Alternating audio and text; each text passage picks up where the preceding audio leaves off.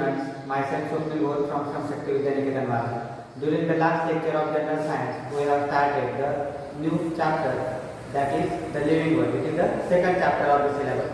In that, we learn the first characteristics of living organism, that is growth. Okay, so during the last lecture, I told you that means the living organisms having growth, or they are increase their height or width or size. Okay, means height and size is increased in living organisms. Okay, now the next point, that is food is necessary for growth. Now you know that for each and every living organism, for their growth, to increase their body weight, they require food. Obviously they require food. So there, that is the important point.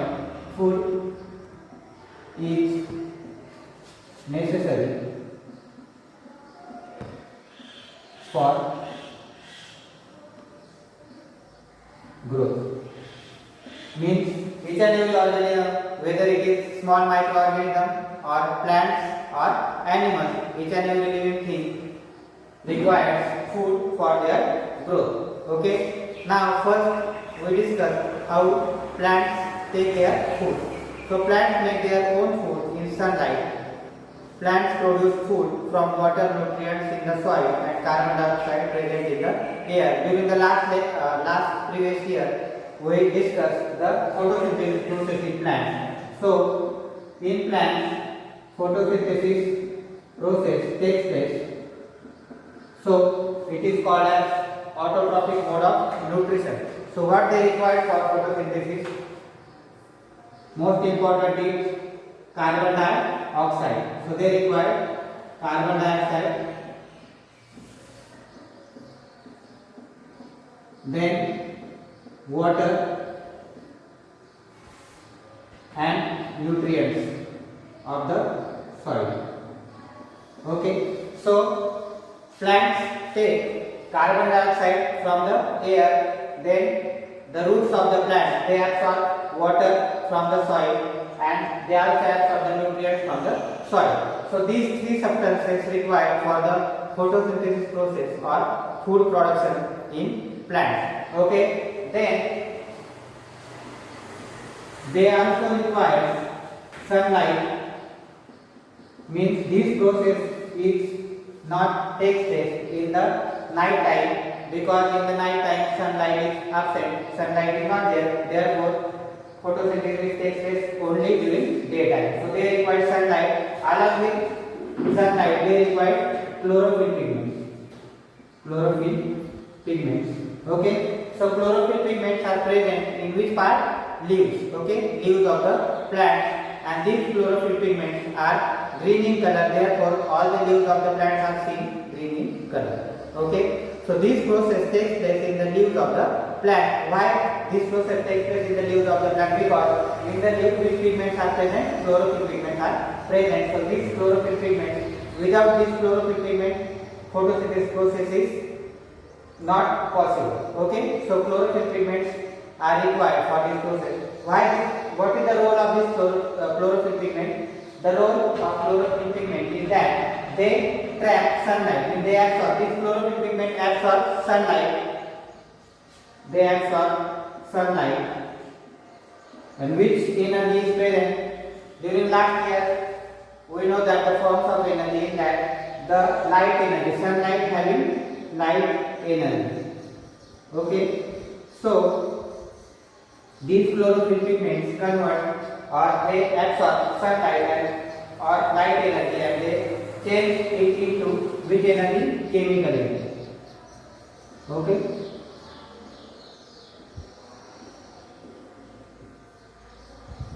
Glucose is formed after glucose or sugar. After photosynthesis process, glucose is formed.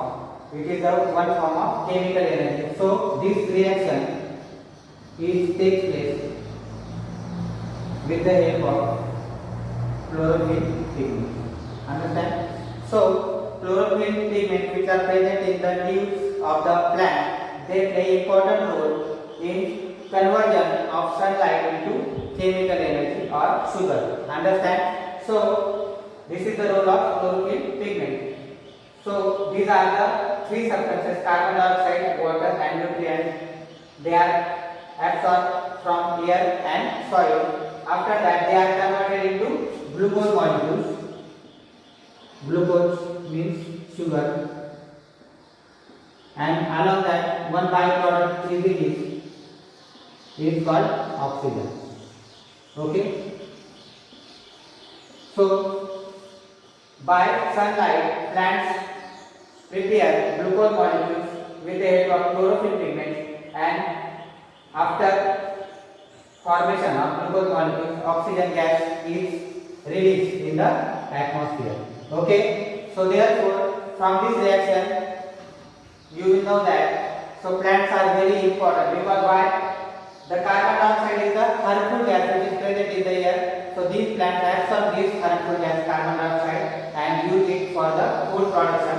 And which gas they release? Oxygen gas they release. Okay, they release oxygen, which is useful for the survival of living organism. So therefore, when we plant more and more trees, then and then only we get more and more oxygen. Understand? So this reaction takes place in the plants. Okay, so food production takes place with the help of sunlight in plants. During this process, plants gives out oxygen. Plants appear mainly green in color due to chlorophyll in them. Okay, why plants look like green? Because chlorophylls are present in the leaves. Therefore, chlorophyll are also green in color. Therefore, leaves are green and trees seem green color. Okay. So this is the process of food production in plants. Okay, therefore foods prepare their own food with the help of sunlight. Therefore plants are called autotrophs. Okay, auto means self. Autotrophs means plants prepare their own food. So therefore plants are called autotrophic organisms. Okay. Now what about the animals? Animals, however, do not have chlorophyll pigment.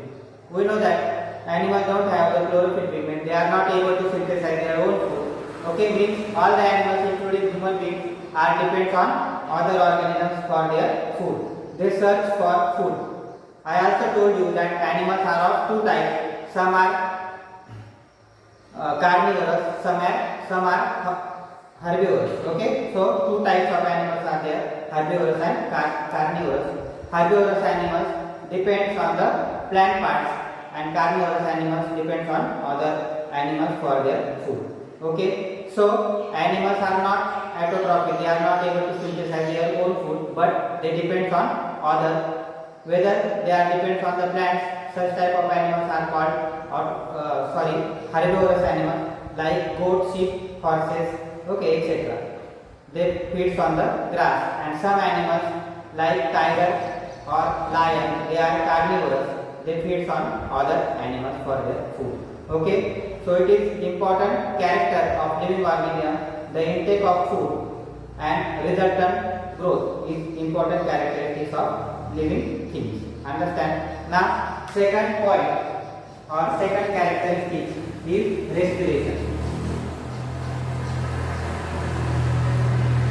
So respiration is also one of the important characteristics in living organism, which is not seen in the non-living. Understand? Now respiration means what? Respiration means we take oxygen from the air inside in our body and release carbon dioxide, which is useless or harmful substance in our body, or harmful gas in our body we release outside. Okay, so respiration means what? It is a process in which we take oxygen, or living organism takes oxygen inside and they give out the carbon dioxide outside. It is called as respiration. Okay, so one activity is there: hold your hand in front of your nose or keep your hand on your chest. What do you feel? So when you put our hand in front of nose, we feel that warm air is struck on the palm of the hand. Understand? And when we keep our hand on the chest, that area or the area of skin in front of chest, it goes front and again comes back. Okay, so it is all about the respiration. And second question, if we observe a sleeping dog, what movement of its belly do we see? When you see the sleeping dog, belly means what? Stomach. Okay, sleeping dog having stomach, it also moves front and back. Okay, you might have seen that. So it is due to the respiration process. Living things need oxygen in order to live. So you know that each and every living organism requires oxygen for living or for life. Inhaling oxygen. Inhale means what? To take inside. So inhaling oxygen means to taking the oxygen inside, and exhaling the carbon dioxide. Exhaling means to give out. Okay, exhaling the carbon dioxide or release the carbon dioxide formed in the body due to the use of oxygen is called respiration. Okay, so inhalation of oxygen and exhalation of carbon dioxide together is known as respiration process. Okay, now different animals having different body parts or different organs for their respiration. For example, animal like fish. Fish having which organ? In respiration process, different animals having different organs for their respiration. In animal fish, which is the respiratory organ? Obviously gills. During last chapter we studied that. Okay, gills are the respiratory organ in fish. Then snake, which is the respiratory organ in snake? Skin is the respiratory organ in snake. Then third animal is mouse. Mouse or rat, which is the respiratory organ lungs. Okay, human beings also have lungs for the respiration. Okay, so these are the three examples of different animals. So different animals having different organs for respiration. Understand? On the other hand, plants also have different respiratory organ. It is called as stomata. Okay, stomata. It is in the form of small pores on stem and leaves. Okay, so plants having which organ for respiration? Stomata. So each and every living organism having different organs for the respiration, and respiration is one of the important characteristics of living organism. Okay, so respiration is the characteristics of living things. Then two questions are there on page number 11. Can you recall? First question: is all the food we eat used by the body? What is the answer? Obviously no. During the last year we discussed the digestive system of man. In that, which are the organs? Can you remember these organs? First one is mouth, then esophagus, pharynx, stomach, small intestine, large intestine, rectum and anus. These are the parts of the digestive system. So in that, the part of large intestine, that is rectum and large intestine, store the unused food or waste food material inside that organs. Okay, so all the food that we eat, it is not used up by the body, but some amount of food remains unused. So that is called as waste food material, and that waste food material is temporarily stored in the body. After that, that waste material is released from the body. That process of removal of excess food material or unused food material outside the body, it is called as excretion process.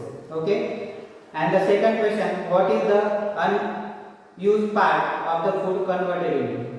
So the unused part of the food, it is converted into fecal matter, or it is also called as excreta, which is released outside the body. Okay, so that is discarded out from the body, which is called as excreta. So the next process which is useful or which is carried out in the living organisms is called excretion. Okay, so excretion is also one of the important characteristics in living things. So what is excretion? removal of unused or unwanted substances which are formed in the body, which release from inside to outside the body. That process is called excretion. Okay. So in human being also, excretion takes place in the form of liquid or solid material. Solid food material which is given out from the body, it is called as excreta, and the liquid form of material which is released from the body outside, it is called as urine. Okay. In plants also excretion takes place. For example, you know that after the full growth of the plant, after some time or after specific period, the leaves of the plants are shed off or they fall down. Okay, means why they fall down? Because the excretory material or unwanted substances which are present in the plants, they are stored in the leaves, and after some time the leaves are fall off, and along with the leaves that unused material or unwanted material is removed from the plant body. Understand? So excretion process also takes place in the plants also.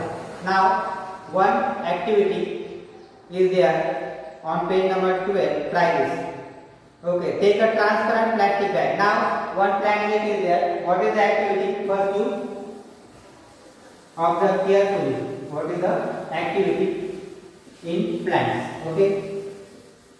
What you have to do? First you take small plant cake which is potted in the pot. For example, this is the pot. In that we grow plant cake. Okay. Suppose these are the leaves. Okay. Small leaves are there.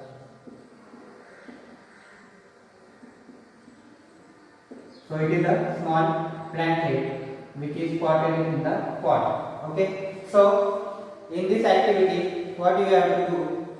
Take a transparent plastic bag, tie it over a leaf of a plant.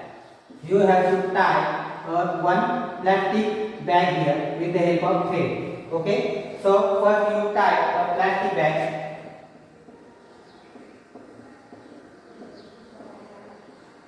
with the leaf. This is the leaf of the plant cake, and you tie a plastic bag over this leaf. Okay.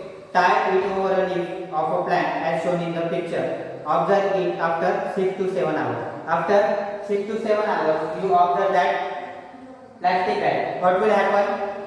You will find small droplets of water in that plastic bag. Why it is possible? Because as the animals, plants also release some excretory material or unwanted substances from the leaves.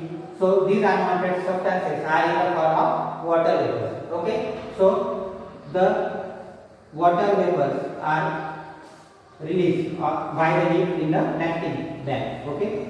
So water vapors you will find in this plastic bag. Okay. These water vapors are nothing but the unwanted substances or excretory material which is released from the plant. Understand now? Means as the animals, plants also have the process of excretion. Okay.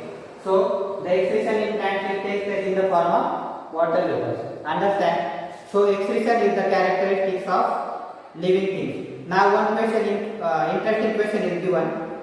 Use your brain power. What is the sticky substance seen on the stem of the bamboo or acacia or drumstick trees? Okay. Some sticky substance is found on the bark of the trees.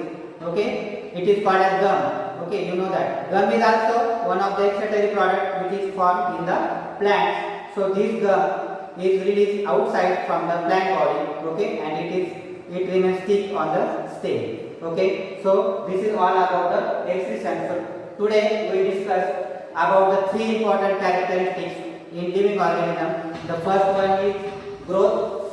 Food is also necessary for the growth. Then second process is respiration, and third one is excretion. Okay. So these are the important characteristics which are seen in the living organism. These processes are not seen in the non-living thing. Okay. The next point of this chapter we will learn in the next lecture. Okay.